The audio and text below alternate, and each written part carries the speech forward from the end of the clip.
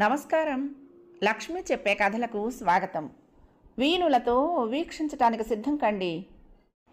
ప్రియ సఖులు, ఇప్పుడు మనం శ్రీమతి సుధాలక్ష్మి చిట్టా గారు రచించిన ఆనందమయి ధారావాహిక నుండి 6వ భాగం వినేద్దామండి.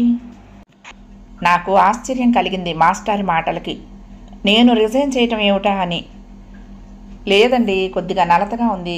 ప్రెగ్నెన్సీ టైంలో ఇవన్నీ సహజమే. నేను ఎంత చెప్పినా వినకుండా కొన్ని రోజులు రెస్ట్ తీసుకోని ఇక్కడికి పంపించారు ఆయన. వచ్చే ముందు మీకు చెప్పి రావటం కుదరలేదు. నాకు ఏమీ అనుకోకండి. నాకు కొంచెం రెస్ట్ అవసరమే లేండి. లేకపోతే పిల్లలు పరీక్షలు అని ఊపిరి ఆడకుండా పనుంటుందాయే. మరీ నీరసించిపోతే కష్టం అని నేను ఒప్పుకున్నాను. అంతేగాని రిజైన్ లేదు, ఏమీ లేదు. ఇప్పుడు నేను రిజైన్ చేస్తే పిల్లల గతి ఏం కావాలి అన్నాను. అదే కదా, నాకు ఆయన చెప్పినప్పుడు గాబరా అనిపించింది. ఆరోగ్యం జాగ్రత్త అమ్మా. సరే, ఇంకో విషయం. దినేష్ సార్ ఈసారి పిల్లల టర్మ్ ఫీజులు బాగా పెంచారు. మీకు తెలిసే తీసుకున్నారా ఈ నిర్ణయం? మనం మొదలుపెట్టినప్పుడు మార్కెట్ రేట్ కంటే కొంత డిస్కౌంట్ ఇస్తూ మొదలెట్టాం. అందుకనే చాలామంది చేరారు కూడా. పోయిన సంవత్సరమే మొదలుపెట్టాం కదా. ఈ సంవత్సరం కూడా ఒక విధంగా ప్రూవ్ చేసుకున్నాక, జనాల్లో మంచి పేరు నిలుపుకున్నాక అప్పుడు రేట్లు పెంచితే నయం. కానీ ఇప్పుడు పెంచితే జనాల్లో మన మీద నమ్మకం సన్నగిల్లుతుంది. మీరు చిన్నవారు, అనుభవం తక్కువ కాబట్టి నాకు తెలిసిన విషయం చెప్పాను. ఆ తర్వాత మీ ఇష్టం. ఈ మాట మీకు తెలుసో లేదోనని ఇప్పుడు ఫోన్ చేశాను. ఇంతకీ మీరు ఎప్పుడు వస్తారమ్మా? వీలైనంత తొందరగా వచ్చి అడ్మినిస్ట్రేషన్ మళ్ళీ మీ చేతుల్లోకి తీసుకుంటే మంచిదని నా సలహా. ఎందుకు చెప్తున్నానంటే, మీరు ఆడపిల్లైనా ఒంటరిగా ఎంతో కష్టపడి రిజిస్ట్రేషన్ కోసమని, అద్దె ఇల్లు కోసమని, ఇంకా సంస్థ ప్రచారం కోసమని తిరిగి తిరిగి మొదలుపెట్టారు ఈ సంస్థ. చేతులారా పాడు చేసుకోవద్దని నా అభిప్రాయం. ఉంటాను మరి. ఇంకో విషయం, ఇలా మీకు ఫోన్ చేసి చెప్పానని మీ వారితో అనకండి, బాగుండదు. ఉంటాను మరి. ఆరోగ్యం జాగ్రత్త అమ్మా. ఫోన్ పెట్టేశారు విశ్వనాథం మాస్టారు. నాకేం మాట్లాడాలో తెలియలేదు. ఏమిటిది? అకాడమీలో అంతంత పెద్ద నిర్ణయాలు తీసుకునే ముందు నాకు ఒక్క మాట చెప్పక్కర్లేదా? ఇప్పటికిప్పుడు జీతాలు పెంచడం ఏంటి? అసలు అప్పుడు మొదట్లో రూల్స్, విధి విధానాలు తయారు చేస్తూ ఉంటే కల్పించుకొని కూడా కల్పించుకోలేదు. ఏ రకంగానూ నాకు అప్పుడు సాయం చేయలేదు. అన్నీ కష్టపడి చేసుకున్నాక ఇప్పుడు వచ్చి ఇలా తన సొంత నిర్ణయాలు తీసుకోవటం ఏంటి? పైగా నేను రిజైన్ చేశానని చెప్పడం ఏంటి? నేను రిజైన్ చేస్తే పిల్లల గతి ఏం కాను అనుకున్నాను. సాయంత్రం దినేష్ ఇంటికి వచ్చాక ఫోన్ చేసి మాట్లాడాలి అనుకున్నాను. నాన్న రాగానే, నాన్న రేపు నేను బయలుదేరి వెళ్ళిపోతాను. ఇప్పటికే పిల్లలకు చాలా పాఠాలు పెండింగ్లో ఉన్నాయి. తొందరపడకపోతే సిలబస్ పూర్తి కాదు. మొన్న డాక్టర్ కూడా బాగానే ఉందని చెప్పింది కదా, ఇంకా ఇక్కడ దేనికి నేను అన్నాను. నీ ఇష్టం తల్లి. నేను తీసుకువెళ్ళి దింపడానికి మళ్ళీ నాకు సెలవు దొరకదు. ఆదివారం దాకా ఆగుతానంటే శనివారం బయలుదేరి వెళ్ళి ఆదివారం దింపి మళ్ళీ వెంటనే బయలుదేరి వచ్చేస్తాను. మళ్ళీ నువ్వు ఒక్కదాన్ని వెళ్తే మీ వాళ్ళు ఏమైనా అంటారేమో అన్నారు నాన్న. నేనేమన్నా చిన్నపిల్లనా? ఈ మాత్రం విజయవాడ నుండి హైదరాబాద్కి ప్రయాణం చేయలేను. నాన్న కోసం ఆదివారం దాకా ఆగాలంటే ఇంకా 5 రోజులు ఆగాలి. అదీగాక నాన్న ఏమన్నా చిన్నపిల్లాడా? వెంటనే ప్రయాణాలు చేసి మళ్ళీ మర్నాడు కాలేజీకి వెళ్ళటానికి. ఏం పర్వాలేదు నాన్న, నేను వెళ్ళగలను అన్నా. అమ్మ వచ్చింది. ఎందుకే బాబు లేనిపోని గొడవ? పోనీ ఆదివారం దాకా ఆగకూడదా అంది.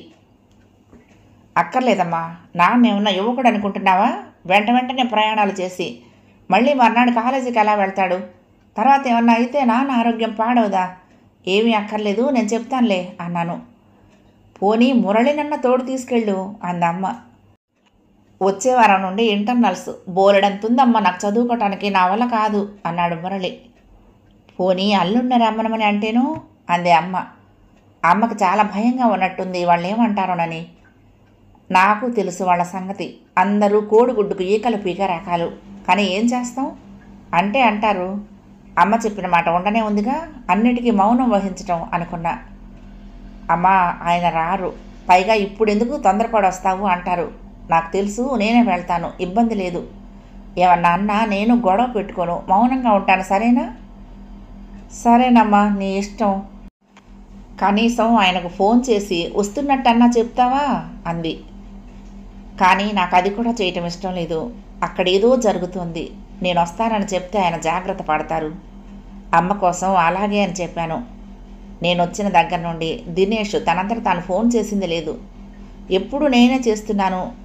అప్పుడు కూడా అకాడమీ గురించి అడిగితే అంతా బాగానే ఉంది, నా కోడి కుంపటి లేదా తెల్లవారుతుందా అన్నట్లు. నువ్వు లేకపోతే ఆ మాత్రం అకాడమీ నడిపించలేనా ఏమిటి? అనవసరమైన చింత మానేసి హాయిగా రెస్ట్ తీసుకో, ప్రశాంతంగా ఉండు అని తేలిగ్గా మాట్లాడాడు. నాకు కోపం వచ్చినా ఏమీ అనలేదు. ఇప్పుడు ఇలా బయటపడుతున్నాయి సంగతులు.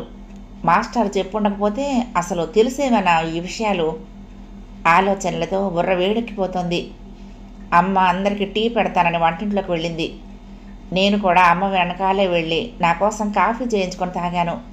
ఆ తర్వాత కొంచెం నెమ్మదిగా అనిపించింది. మర్నాడు పొద్దున్నే మురళిని పంపించి ఆ సాయంత్రం ట్రైన్కి టికెట్ తీసుకురమ్మని చెప్పాను. వాడు గొణుక్కుంటూనే 10 గంటల టైంలో తత్కాల్ టికెట్ తీసుకుని వచ్చాడు. ఆ తర్వాత సెకండ్ హాఫ్ కాలేజీకి వెళ్ళాడు. సాయంత్రం నాన్న కొంచెం ముందుగా వచ్చాడు. వెంటనే అమ్మ నాన్న అర్జెంటుగా బయలుదేరి వెళ్ళి నాకు చీర తీసుకొచ్చారు. అమ్మ పచ్చి చలివిడి చేసి పసుపు కుంకుమ పెట్టి చీర జాకెట్టు బట్ట తాంబూలం పెట్టింది. బయలుదేరే ముందు 1,00,000 జాగ్రత్తలు చెప్పింది. దేనికి ఎవ్వరితోనూ గొడవలు పెట్టుకోవద్దని. కొంచెం తగ్గుంటే తప్పు లేదా, నేను అన్నిటికీ తలకాయ వచ్చేశాను. నాన్న నాతో స్టేషన్ దాకా దిగబెట్టడానికి వచ్చారు. అమ్మ వచ్చేటప్పుడు అన్ని జాగ్రత్తలు చెప్పడం విన్నాడు కాబోలు. నేను రైలు ఎక్కుతూ ఉండగా, అమ్మా అంతా ఓకే కదా, ఏమైనా ప్రాబ్లమా అని అడిగారు. ఏమీ లేదని చెప్పాను. ఏదైనా ఉంటే చెప్పటానికి ఇబ్బంది పడద్దమ్మా, అన్నీ మనసులో పెట్టుకుని కుమిలిపోకు. నీ జీవితం కంటే మాకు ఇంకేమీ ముఖ్యం కాదు. నీకు ఎట్లాంటి ఇబ్బంది వచ్చినా మా సపోర్ట్ నీకెప్పుడు ఉంటుందని జ్ఞాపకం పెట్టుకో, జాగ్రత్త అన్నాడు నాన్న. నాకు కళ్ళల్లో నీళ్లు తిరిగాయి. అలాగే నేను చెప్పి రైలు ఎక్కాను. రైలు కదిలేదాకా ఉండి వెళ్ళారు నాన్న. ట్రైన్ దిగి ఇంటికి వెళ్ళేసరికి మహాయుద్ధమే నా కోసం ఎదురు చూస్తోందని నాకు తెలుసు. అందుకే ముందుగా ఒక పబ్లిక్ ఫోన్ బూత్ నుంచి అమ్మకు ఫోన్ చేసి ఇల్లు చేరానని చెప్పాను. తర్వాత ట్యాక్సీ చేసుకొని ఇంటికి వెళ్ళాను. నా కోసం తలుపు తీసిన అత్తగారు నన్ను చూసి అవాక్కయ్యింది. ఆయన ఎలాగో ఇంట్లో ఉండరని, కాలేజీకి వెళ్తారని తెలుసు. ఇంట్లో ఉండేది అత్తమామలే. వారాంతం కాదు కాబట్టి కళ్ళ కూడా ఇంట్లో ఉండదు. అదేమిటే అలా చెప్పా పెట్టకుండా వచ్చేసావు? ఒంట్లో బాగానే ఉందా? ఏరి మీ వాళ్ళు ఎవ్వరూ కనపడరు, నువ్వు ఒక్కదానివే వచ్చావా అంది అత్తగారు బొగ్గలు నొక్కుంటూ. అవునండి, అసలే ఒట్టి మనిషి కూడా కాదు, పైగా ఒంట్లో బాగోలేదనే కదే వెళ్ళావు. అలాంటిది 10 రోజులన్నా కాకుండా ఒక్కదానివి నువ్వెలా వచ్చావు? వాళ్ళు ఎలా పంపించారు? అసలు కన్న తల్లిదండ్రులేనా వాళ్ళు అందావిడ కోపంగా. ఎంత కోపం వచ్చినా బయటపడకుండా ఆవిడని ఎదుర్కోవాలని ముందే అనుకోవటం వలన ఎక్కువ ప్రతిస్పందించలేదు. ఇప్పుడే వస్తానని చెప్పి వెంటనే బాత్రూంలోకి వెళ్ళి స్నానం చేసి వచ్చాను. దేవుడికి దీపం పెట్టి వంటింట్లోకి వెళ్ళాను. పుట్టిల్లు కాదు కదా, నేను ఇల్లు చేరగానే కాఫీ కప్పు ఎదురు రావటానికి. ఇక్కడుంది అత్తగారయ్యే, అమ్మ కాదు కదా. అందుకనే నేనే పాలు కలుపుకొని తీసుకొచ్చి హాల్లో కూర్చున్నాను. అప్పటికే ఆవిడ ఒక ఫోను మా వారికి, ఒక ఫోను కళ్ళకు చేసి నేను వచ్చిన వార్త జారేసింది. మామగారితో మా పుట్టింటి వాళ్ళకి అష్టోత్తరం మొదలుపెట్టింది. అసలు ఎలా పంపించారో చూడండి. పిల్లకు మధ్యలో ఏమైనా అయితేనో అన్న భయం అన్నా లేదు. మనమైతే ఇలా వదిలేస్తావా? అసలు ఈ రోజుల్లో ఆడపిల్లల తల్లిదండ్రులకు ఏ విషయమో పట్టదు అంటోంది ఆవిడ. మామగారు తల పంకిస్తూ కొర చూస్తున్నారు. నేను మధ్యలో కల్పించుకుని, లేదండి వాళ్ళు వస్తామంటే నేనే వద్దన్నా. నాన్నకేమో ఆదివారం దాకా కుదరదట. అందాక ఉండటం నాకు ఇష్టం లేదు. నాకు ఇప్పుడు బాగానే ఉంది. డాక్టర్ కూడా మొన్న చూపిస్తే బాగుందని చెప్పారు. వేవుళ్ళు కూడా తగ్గుముఖం పట్టాయి. మీరు ఇక్కడ ఒక్కళ్ళే కష్టపడుతూ ఉంటే నేను అక్కడ ఊరికే కూర్చొని తినటం నాకు నచ్చలేదు. ఎన్నాళ్ళని మీరు కష్టపడతారు? 3 ఈ వయసులో వండి వార్చడం అంటే మాటలా? నేను వస్తే మీకు సాయంగా ఉంటాను. అక్కడ గోళ్ళు గిల్లుకుంటూ కూర్చోవడం తప్ప నేను చేసే పనేమీ లేదు. అందుకే వచ్చేసా అన్నాను. వెంటనే వాళ్ళ మొహాల్లో రంగులు మారాయి. ఆవిడకి ఏమనిపించిందో ఏమో. నా తల్లి, నా కోసం వచ్చావా? నువ్వు చెప్పింది నిజమేనమ్మా. ఎంత కూడ తీసుకుని చేస్తున్నా పని అయి చావటం లేదు.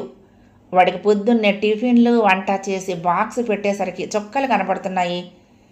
కానీ నీ ఆరోగ్యం కూడా చూసుకోవాలి కదా. అసలే ఒట్టి మనిషి కూడా కాదు కదా అంది.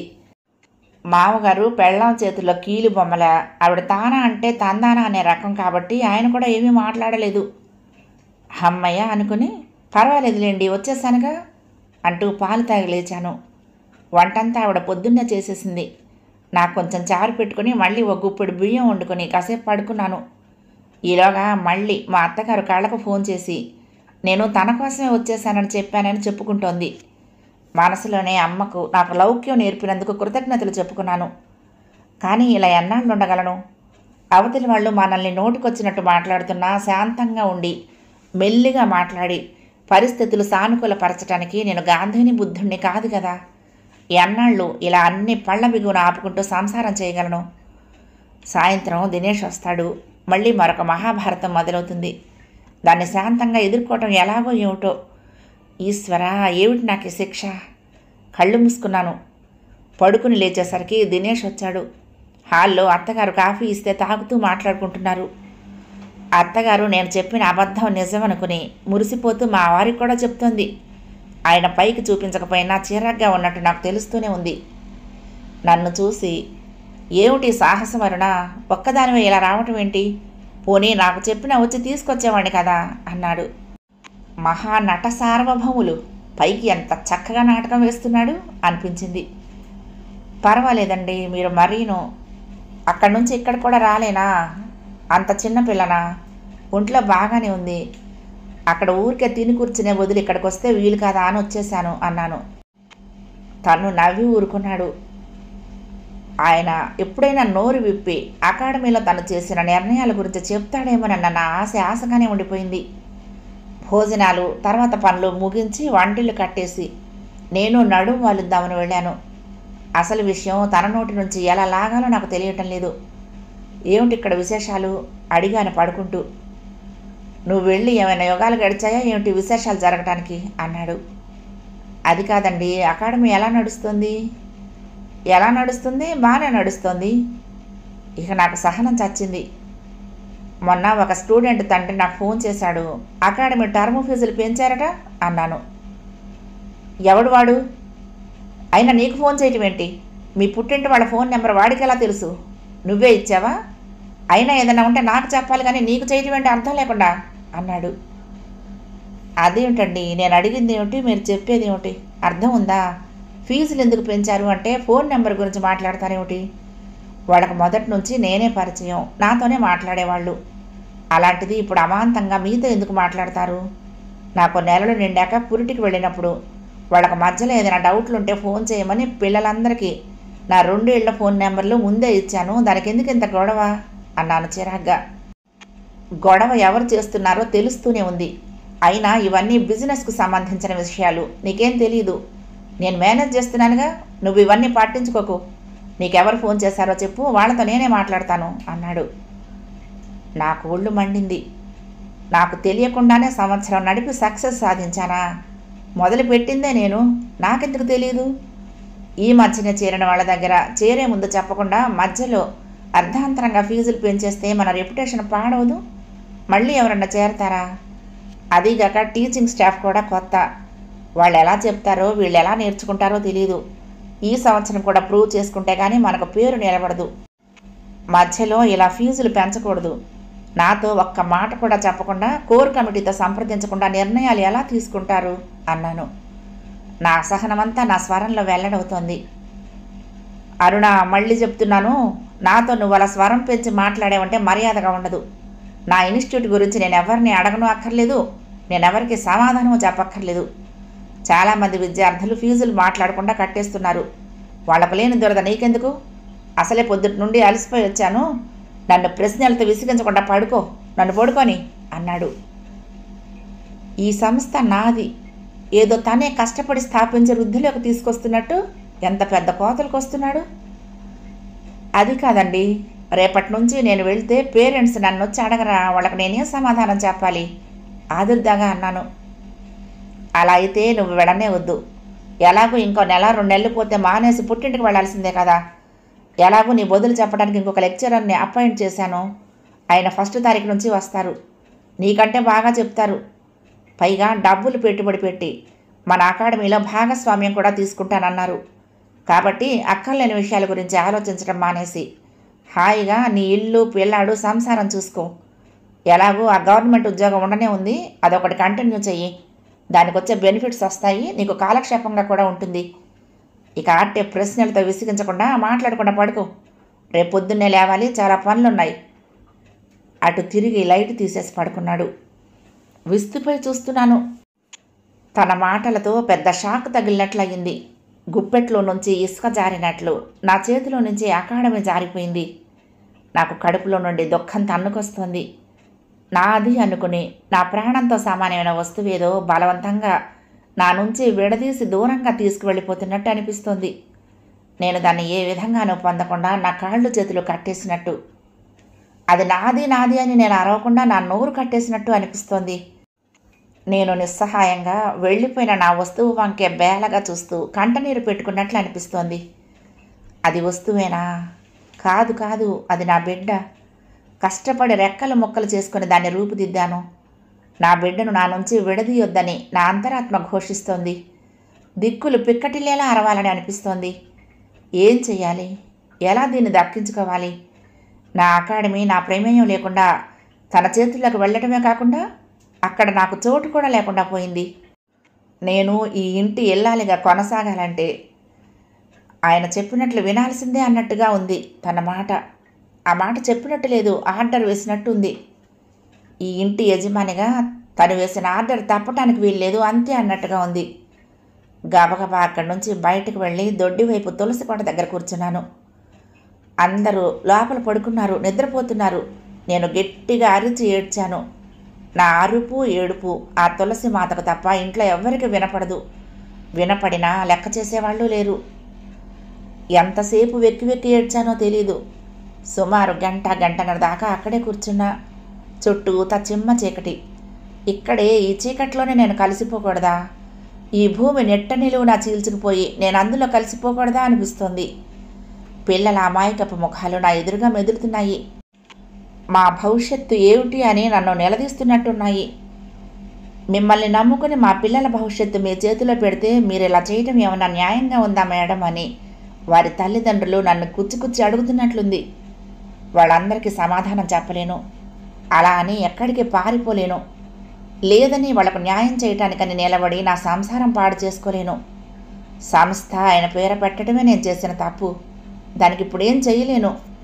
గట్టిగా పోట్లాడితే ఇలా సంస్థ మొదలుపెట్టినందుకు నా మీద లీగల్ యాక్షన్ తీసుకోవడానికి అవకాశం ఉంది. దాంతో నా ఉద్యోగం పోతుంది. పిల్లలకు జరిగే అన్యాయంతో పాటు అదనంగా మురళి భవిష్యత్తు, నా భవిష్యత్తు కూడా నాశనం అవుతుంది. ఏం చేయాలో తెలియటం లేదు. ఎంతసేపు అక్కడ కూర్చున్నా ఊరికే కూర్చోవటం అవుతోంది కానీ పరిష్కారం దొరకటం లేదు. కనీసం రేపు పూర్ణ మేడంని, విశ్వనాథ మాస్టర్ను అడిగి చూద్దామనిపించింది. ఆ తర్వాత కాస్త తెరిపిగా అనిపించి కళ్ళు తుడుచుకుని లోపలికి వెళ్ళి పడుకున్నాను. నిద్ర పట్టడం లేదు. మంచం మీద అటువైపు పడుకున్న అతన్ని చూశాను. ఎంతటి తేనె పూసిన కత్తులతో సంసారం చేస్తున్నానో అనిపించింది. ఎప్పటికో కానీ నిద్ర పట్టలేదు. మర్నాడు మామూలుగానే లేచి పనులన్నీ ముగించి కాలేజీకి వెళ్ళాను. దినేష్ దింపలేదు, ముందుగానే వెళ్ళిపోయాడు. ఏవి రాజకార్యాలు వెలగబెడుతున్నాడో తెలియదు మరి. నేను బయలుదేరి ట్యాక్సీ తీసుకుని వెళ్ళాను. అందరూ చేసే వృధా ఖర్చుల కంటే నా ఖర్చు పెద్ద వృధా కాదు అనిపించింది. నా సౌకర్యం నేను చూసుకోవాలి కదా. ఈ పరిస్థితుల్లో బస్సులు పుచ్చుకొని కాలేజీకి వెళ్ళలేను. కాలేజీలో అడుగు పెట్టగానే అక్కడ 10 రోజుల తర్వాత ప్రత్యక్షమైన నన్ను పిల్లలంతా చుట్టుముట్టారు. ఎందుకు మేడం ఇన్ని రోజులు కాలేజీకి రాలేదు అంటూ. వాళ్ళకి ఎంత అపేక్ష నా మీద అనిపించి ముచ్చటేసింది. కాసేపు వాళ్ళతో మాట్లాడాను. చెప్పా పెట్టకుండా నేను 10 రోజులు లీవ్ తీసుకున్నందుకు కారణాలు అడుగుతూ స్టాఫ్ రూమ్లో కూడా అందరూ నా చుట్టూ చేరారు. నేనేదో చెప్పి క్లాస్ తీసుకోవడానికి బయలుదేరుతూ అక్కడ పూర్ణ మేడం కనిపిస్తే ఆవిడని ఆపి, మేడం మీతో మాట్లాడాలి, లంచ్ అవర్లో కలుద్దామా అన్నాను. ఆవిడ నా వంక తేరిపార చూసి, అలాగే అరుణ, కానీ ఏమిటి బొత్తిగా ఎలా తయారయ్యావు? పుట్టింటికి వెళ్ళి కాస్త తేరుకుని వస్తామనుకుంటే బొత్తిగా లంకణాల పోతల్లా తయారయ్యావేంటి? సరిగ్గా ఆహారం తీసుకుంటున్నావా అంది. ఏం చెప్పాలో నాకు తెలియటం లేదు. ఏం మాట్లాడదామని చూసినా కళ్ళ నీళ్ళు వస్తున్నాయి. ఏం లేదు మేడం, చెప్తాను. మీతో మాస్టర్తో ఒక అరగంట మాట్లాడాలి. దయచేసి నాకు అవకాశం కల్పించండి దీనంగా అడిగాను. నాతో పాటు వాళ్లను ఈ ఊబిలోకి దింపినందుకు బాధగా ఉంది. వాళ్ళతో మాట్లాడటానికి కూడా మొహం చెల్లటం లేదు. చివరి వాక్యం చెప్తూనే కళ్ళమ్మట నీళ్ళొచ్చి గొంతు పూడుకుపోయింది. మేడం నన్ను, జరుగుతున్న పరిస్థితుల్ని కూడా బాగా అర్థం చేసుకుందల్లే ఉంది. నా భుజం తట్టి, ఊరుకోమ్మా, బాధపడకు, పద క్లాస్ తీసుకో, నేను కూడా నా క్లాస్ పూర్తి చేసుకుని వస్తాను, మాస్టర్కి కూడా చెప్తాను, క్యాంటీన్లో కలుద్దాం, ఊరికే మనసు కష్టపెట్టుకోకు, నీ పరిస్థితి నాకు అర్థమవుతోంది అంది. నేను కళ్ళు తుడుచుకుని క్లాస్కు బయలుదేరాను.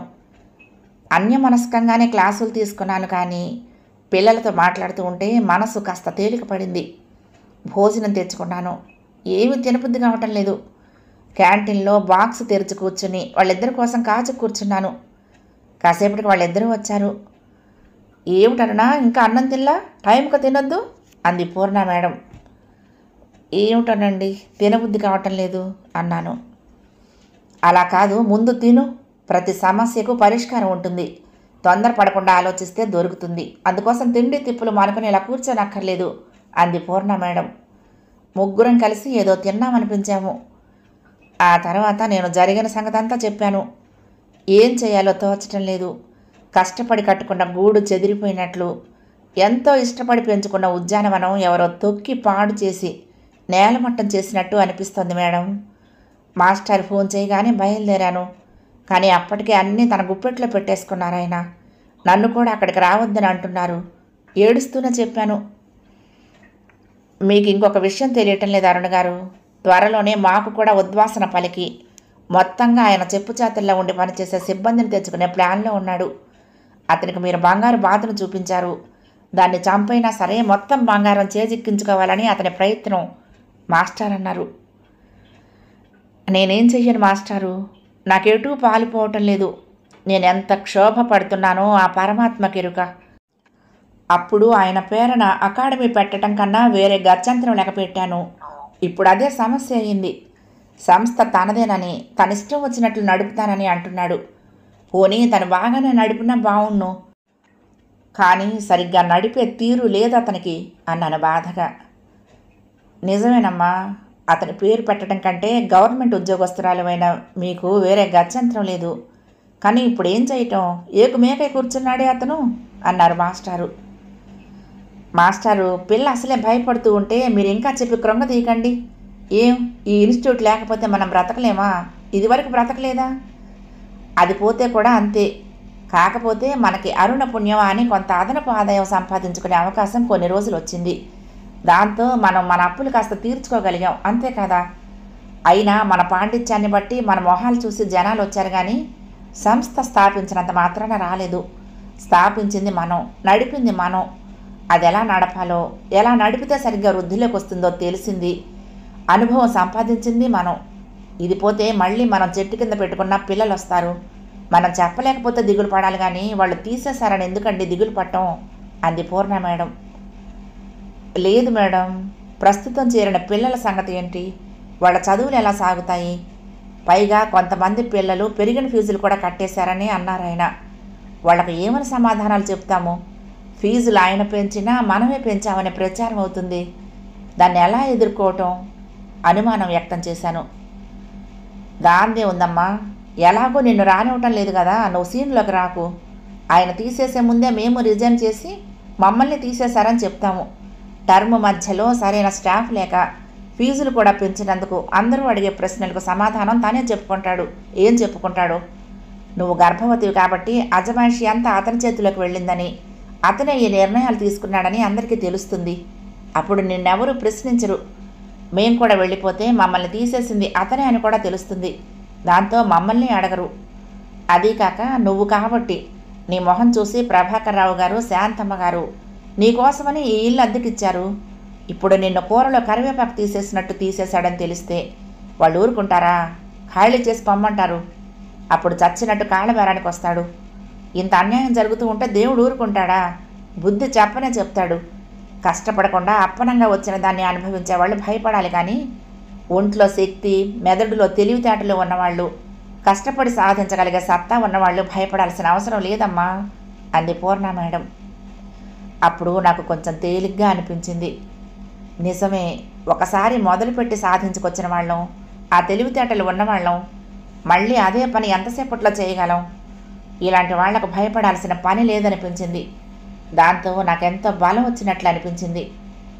మేడం, మీ ఇద్దరే నాకు బలం. మీతో మాట్లాడిన తర్వాత నేను ఒంటరిని కాదని అనిపించింది. ఎలాగరా దేవుడా అని రాత్రంతా ఆలోచిస్తూ సరిగ్గా నిద్ర కూడా పోలేదు. ఎంతగా ఏడ్చానో, ఇలాంటి భర్తనిచ్చాడని దేవుణ్ణి ఎంతగా తిట్టుకున్నానో అన్నాను. పిల్లల గురించి బాధపడక్కర్లేదమ్మా, భర్త గురించి అనుకోక తప్పదు. మీరు బాగా మోసపోయారు. ఇలా మాట మీద నిలకడలేని మనిషితో, మీరంటే ఆదరణ గౌరవం లేని మనిషితో ఎలా సంసారం నెట్టుకొస్తారో మరి అన్నారు మాస్టారు. తప్పదు మాస్టారు, ఈ ప్రపంచంలో 99% మగవాళ్ళు ఇలాగే ఉంటారు. తను ఇంకా చిన్నపిల్ల కాబట్టి కష్టం అనిపిస్తోంది. ఎంత ఢక్కా మొక్కిలు తింటే ఈ తల పండింది. ఎలాగోలా సంసారం నడిపించాలి, కానీ కాదనుకుంటే అతనికే రేపు ఈ పాటికి ఇంకొక అతను కట్టుకొస్తాడు. పాడైపోయేది అమ్మాయి జీవితమే అంది పూర్ణ మేడం. ఏమో మాస్టారు, ఇవన్నీ నేను ఊహించనే లేదు. మా సంసారం ఒక తీయని కలలా సాగుతుందని ఆశించాను. ఇలాంటి కష్టాలు వస్తాయని అనుకోలేదు. వాళ్ల కోసమే, వాళ్ళ పెరిగే ఖర్చులు తట్టుకోవటం కోసమే ఈ పని ప్రారంభించాను. నాతో పాటు మిమ్మల్ని ఈ ఊబులోకి దించానని రాత్రంతా ఎంత బాధపడ్డానో చెప్పాను. పర్వాలేదమ్మా, మీరు ఇబ్బంది పడకండి. మేడం చెప్పినట్లు మనకి ఇంకోటి పెట్టడం చిటికలో పని. కానీ ఆయనకు అలా కాదు, వడ్డించిన విస్తర లాక్కుని తిందామని చూస్తున్నాడు. అది ఎంతవరకు సానుకూలమో, అందులో ఉన్న కష్ట నష్టాలు రుచి చూడటం తనకు ఎంతవరకు సాధ్యమో తెలుసుకొనివ్వండి. అప్పుడు తనే కాళ్ళ బేరానికి వస్తాడు అన్నారు మాస్టారు. లంచ్ అవర్ అయిపోయి మళ్ళీ మేమంతా క్లాసులకు వెళ్ళాము.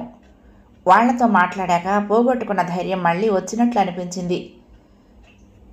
మాస్టారు పూర్ణ మేడం నింపిన ధైర్యంతో ఆ రోజు మధ్యాహ్నం అంతా హుషారుగానే క్లాసులు తీసుకొని ఇంటికి వచ్చాను.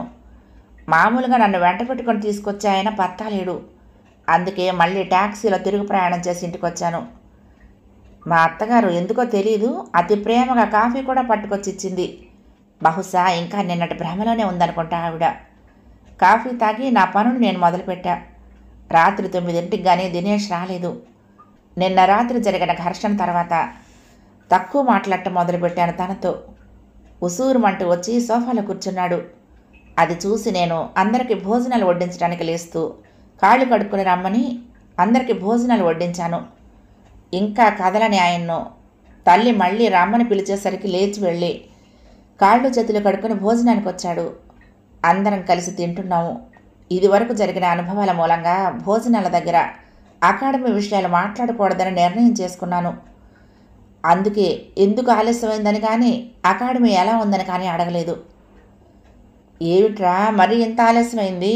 ఇలా ఒళ్ళు పట్టకుండా ఎందుకురా అంత శ్రమ పడటం? వేళటికి భోజనము నిద్ర లేకుండా ఈ ఉద్యోగాలేమిటో, ఈ పరుగులేమిటో కర్మ. ఆయన అణుగుతూనే సణుక్కుంది అత్తగారు. ఆయన ఏమీ మాట్లాడలేదు, చాలా గంభీరంగా ఉన్నారు. అకాడమీకి రాలేదే? ఎవరిని అడుగుతున్నాడో తెలియకుండా అడిగాడు. ప్రశ్న నాకు సంధించినట్టుగానే ఉండేసరికి నన్నే అనుకుని నేనా అన్నాను. నువ్వు కాకపోతే అమ్మని నాన్నని అడుగుతానా ఆ మాట? కొంచెం గట్టిగా అరిచినట్టే అన్నాడు. పోట్లాటకి సిద్ధంగా ఉన్నట్టున్నాడు. నాకు గుండెల్లో రైళ్లు పరిగెత్తాయి ఆ స్వరం వింటూనే. అయినా ధైర్యం కూడగట్టుకుని, మీరే కదా రావద్దంది, అందుకనే కాలేజీ నుండి డైరెక్ట్గా ఇంటికి వచ్చేశాను. పైగా మీరు కూడా రాలేదుగా నన్ను తీసుకురావటానికి అన్నాను స్థిరంగా. ఎవరైనా ఏమైనా అంటే అప్పుడు మానేద్దు కానీ అన్నా, కానీ ఇవాళ్లే మానేయమని కాదు కదా. నిన్న నువ్వు వచ్చావని అమ్మ ఫోన్ చేసి చెప్పినప్పుడే ప్రసాద్తో నువ్వే మర్నాడు సాయంత్రం నుంచి క్లాసులు తీసుకుంటావని చెప్పాను. అసలే వాడు సణుగుతున్నాడు. పొద్దున్న సాయంత్రం కూడా క్లాసులు తీసుకోవాల్సి వస్తోందని, ఇంట్లో పెళ్ళాం పిల్లలు గోల పెడుతున్నారని అన్నాడు. నాకు కొంచెం సంతోషం అనిపించింది. నా దగ్గర నుండి అకాడమీ లాక్కున్నందుకు తగిన శిక్ష పడింది. తెలిసొస్తున్న ఈ అబ్బాయి గారికి కష్టాలు. కానీ తోటి లెక్చరర్ని కనీసపు మర్యాదైనా చూపించకుండా వాడు వీడు అని పిలుస్తున్నందుకు ఈ మనిషి అంటే అసహ్యం అనిపించింది. నేను మాట్లాడకుండా ఊరుకున్నాను. ఏం మాట్లాడినా యుద్ధం జరిగే సూచనలు కనపడుతున్నాయి. కానీ యుద్ధమే జరగాలని రాసుంటే దాన్ని ఎవరూ ఆపలేరని తర్వాత తెలిసింది. అడుగుతూ ఉంటే కనీసం సమాధానం చెప్పాలనే డీసెన్సీ కూడా లేదా నీకు? కావాలనే నువ్వు ఇలా చేస్తున్నావు కదూ. నన్ను ఒక చేతకాని వాడు అనుకుంటున్నావు కాబోలు. నా సంగతి పూర్తిగా తెలియదు నీకు. మంచిగా ఉంటే మంచిగా ఉంటా, లేదంటే నేనెవరో చూపించాల్సి వస్తుంది అన్నాడు. ఏం చెప్పమంటారు? మీరు మానేయమంటేనే కదా నేను మానేశాను. నా చేతుల్లో నుంచి తీసుకొని అకాడమీని మీ ఇష్టం వచ్చినట్లు మీరే నడుపుతున్నారు కదా. నేనేమైనా అన్నానా, అడ్డు చెప్పానా? ఎందుకు అనవసరంగా నన్ను కదుపుతారు? కొంచెం గట్టిగానే చెప్పాను. చేతిలో ఉన్న మంచినీళ్ళ గ్లాస్ తీసుకుని నా మీదకు విసిరాడు. అది నా తలకు తగిలి కింద పడింది. ఏమిట్రా ఈ పిచ్చి కోపం? దానికి తగలరాని చోట తగిలితే కష్టం, అసలే ఒట్టి మనిషి కూడా కాదు అని నా వైపు తిరిగి, ఏం చేశావే, ఎందుకు అంత ఘర్షణ పడుతున్నట్టు అన్నారు అత్తగారు. నాకు తెలియదండి అన్నాను దెబ్బ తగిలిన నుదురు చేత్తో రాచుకుంటూ. కళ్ళ వెంట నీళ్ళు వస్తున్నాయి. నీకు తెలీదు? నిజంగా తెలీదు? నాటకాలు ఆడుతున్నావా? పళ్ళు పటపటలాడిస్తూ అన్నాడు. ఏం చేసిందిరా, పోనీ నువ్వైనా చెప్పు అడిగారు మామగారు. నేను చెప్పడం దేనికి, 2 తగిలిస్తే అదే చెప్తుంది అని నా మీదకు లేవబోయాడు. ఒరే ఆగరా, అది గర్భిణి అని తెలిసి ఏమిటి మొరటితనం, ఇంకా నీకు ఈ మొండితనము మూర్ఖత్వం పోలా అంటూ అత్తగారు అడ్డు తగిలారు. ఆమె చేయకుండానే వాడికి అంత కోపం వస్తుందా? ఏదో చేసే ఉంటుంది మామగారు అనుమానం. నీకు తెలియదమ్మా, నా మీదకు లెక్చరర్స్ని ఉసిగొల్పి నాకు వ్యతిరేకంగా వాళ్ళందరికీ నా మీద నూరి పోసింది. సరైన టైం చూసి నన్ను దెబ్బ కొట్టడానికి చూస్తోంది. నేను పైకి రాకుండా చేద్దామని కుట్ర పన్నుతోంది అన్నాడు దినేష్ కోపంగా కళ్ళెర్ర చేసుకుని. నేను అన్నంలో చెయ్యి కడుక్కుని లేచాను. ఏమిటే, వాడి మానాన్ని వాడు మాట్లాడుతూనే ఉన్నాడు, నువ్వు కిమ్మనకుండా అలా వెళ్ళిపోతే ఏమనుకోవాలి? ఏం జరిగిందో చెప్పు అన్నారు అత్తగారు. ఏం మాట్లాడమంటారు? మీ అబ్బాయి తన గుణగణాలు ఆలోచనలు అన్నీ నాకు అంటకెడుతున్నారు. ఊ అన్నా తప్పే, ఊహు అన్నా తప్పే అన్నట్టుగా ఉంటే నన్నేం మాట్లాడమంటారు అన్నాను కళ్ళ నీళ్ళు పెట్టుకుంటూ. ఎవరైనా అర్థమైతే ఆ చెట్టు చెప్పి చావండి, ఏమిటి పోగలేని నిప్పు అర్థం పర్థం లేకుండా అత్తగారు అరుస్తూ అంది. ఇన్స్టిట్యూట్ నా చేతుల్లోకి తీసుకుని నడిపిస్తున్నానని దానికి కుళ్ళమ్మా. లెక్చరర్స్ని నా మీద ఉసుగొల్పింది. ఆ విశ్వనాథం గాడు రిజైన్ చేస్తానని నన్ను బెదిరిస్తాడా? ఎవరి వత్తాసు చూసుకుని మాట్లాడాడో ఆ మాత్రం తెలుసుకోలేకపోయాననుకుంటున్నాడేమో బోడి వేధవా. ఇంకా ఏదో అనబోతూ ఉంటే, మాటలు మర్యాదగా రానివ్వండి. విశ్వనాథం మాస్టారు మీకంటే వయసులో అనుభవంలో కూడా పెద్ద. ఆయన పట్టుకుని వాడు వీడు అని సంబోధించడానికి సిగ్గులేదు? పెద్దల పట్ల గౌరవం లేని వాళ్ళు పిల్లలకు మీరేం నేర్పుతారండి అన్నాను. ఏంటి వాడిని అనగానే నోరు లేస్తోంది? ఏమవుతాడేంటి వాడు నీకు అన్నాడు తను వెటకారంగా వంకరగా నవ్వుతూ. నాకు మండిపోయింది. ఛీ, అది నోరా పాకి దొడ్డా? పెద్దంతరం చిన్నంతరం లేకుండా పిచ్చి పిచ్చిగా ఎంత మాట పడితే అంత మాట అంటారా అన్నాను. అంతే, అన్నం తింటున్నా అదే చేత్తో ఒకటి నా చెంప మీద తగిలించాడు. నాతో పాటు అక్కడున్న అత్తామామ కూడా అవాక్కయ్యారు. 6వ భాగం సమాప్తం. ప్రియ సఖులు, ఈ కథ మీకు నచ్చితే తప్పకుండా లైక్ చేయండి, షేర్ చేయండి, కామెంట్ చేయండి, సబ్స్క్రైబ్ చేసుకుని నన్ను ఎంకరేజ్ చేయండి. ఉంటానండి. ప్రేమతో లక్ష్మి, కృష్ణాతీరం, దుర్గమ్మ సన్నిధానం. నమస్తే.